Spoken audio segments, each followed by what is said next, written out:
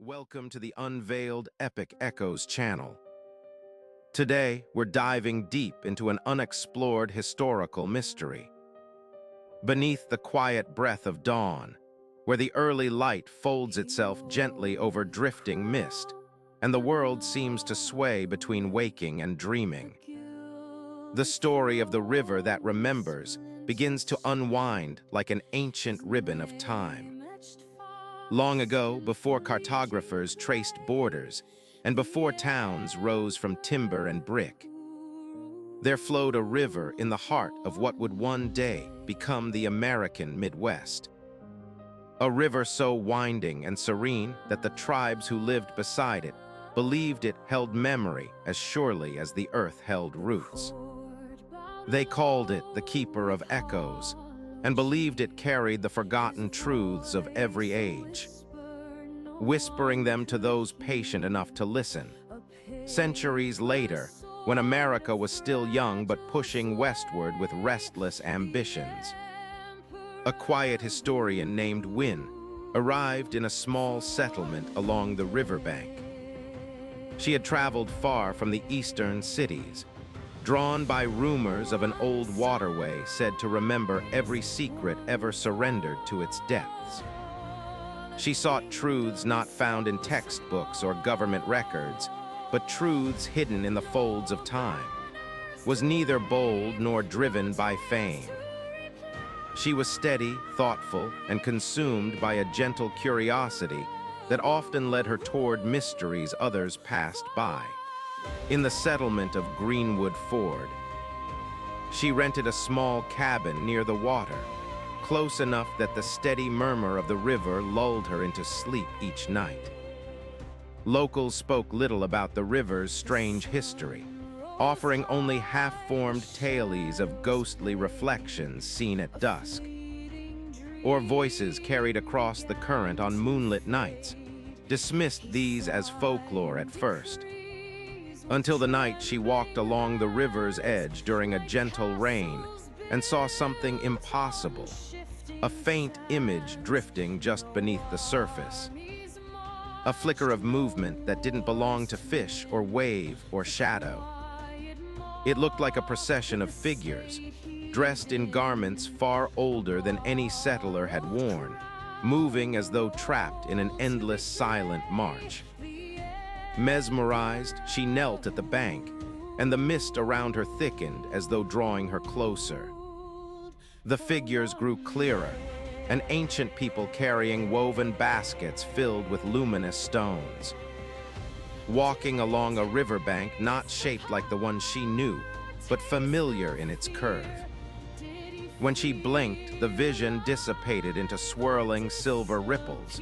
The next morning, she visited the oldest resident of Greenwood Ford, a man known simply as Old, whose eyes seemed older than the hills themselves.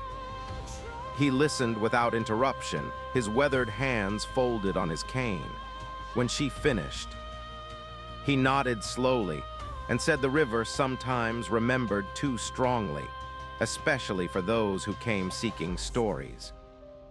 He told her of a forgotten civilization believed to have lived along the water thousands of years before the first European explorers arrived. A people who mapped the stars, carved symbols into stone, and believed the river was a living archive. Their final trace vanished long before recorded history, leaving behind only legends whispered through generations of different tribes. That evening, returned to the river determined to learn more. She sat on a fallen log, letting the rhythmic current calm her breathing. As twilight deepened, the heavens unfolded in a blanket of soft indigo, and the first stars shimmered like distant memories. The river's surface grew still, unnaturally still, as though the water were holding its breath, and then heard it, a low hum, soft as a forgotten lullaby rising from the depths. The world around her dimmed, the air thickened, and a warmth spread along the shoreline. With gentle inevitability, the river opened its memories to her again. This time she saw a girl around her own age, dressed in intricately woven fabric, standing on a stone ledge beside a glowing pool that connected to the ancient river. The girl carried a wooden tablet carved with symbols had never seen before. A voice, neither loud nor soft but resonant with time itself, murmured a warning. The river keeps what the world forgets, but the world forgets what keeps it alive. The scene shifted. The people of the ancient civilization worked tirelessly to move their sacred stones, as if preparing for an inevitable disaster. A tremor shook the land, and the river swelled with force. Something catastrophic was coming. Felt the fear, the urgency, as though she herself were part of their race against time. Suddenly, the images collapsed into darkness, and the humming faded. She opened her eyes to find herself kneeling at the edge of the river, the moon reflected in its calm surface like a watchful guardian. Realized she had witnessed the last days of an entire civilization. A culture erased by a massive flood or geological shift, long before historians could ever document it. Their knowledge, their language, their story, everything had slipped into oblivion except what the river carried in its memory. Driven by newfound purpose, spent weeks decoding the symbols she had glimpsed in the visions, comparing them to markings found on stones once dismissed by locals as natural formations. Slowly, she uncovered a pattern, a map of celestial alignments and seasonal shifts used to predict the cycles of the river. It wasn't just a waterway, it had once guided an entire society. When she finally shared her findings with scholars in the East, many dismissed them as fantasies, but a handful came. Intrigued by her unwavering certainty and by Old's quiet endorsement of her claims.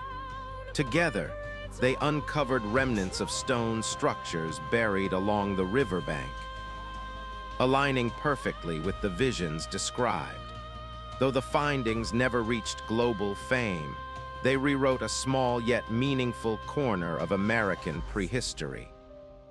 Stayed in Greenwood Ford long after the discovery, finding comfort in the river's steady murmur.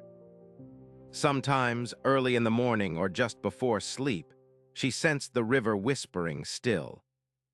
Not in words, but in drifting impressions, memories of those who once lived, loved, struggled, and vanished, leaving the water to tell their story. And every so often, when the mist lay low and the stars shimmered just right, she caught the faint silhouette of the ancient girl standing on the stone ledge, silently watching, as though grateful that someone finally listened. In the end, realized that the river remembered not only the lost civilization, but everyone who had ever paused to feel its quiet presence. The river was a keeper of stories, a soft echo of all that had come before, flowing endlessly toward the horizon of time. This mysterious journey ends here, but stay tuned for more untold stories in our next video. Subscribe to the channel and hit the bell icon so you don't miss any new stories. Thank you and see you again.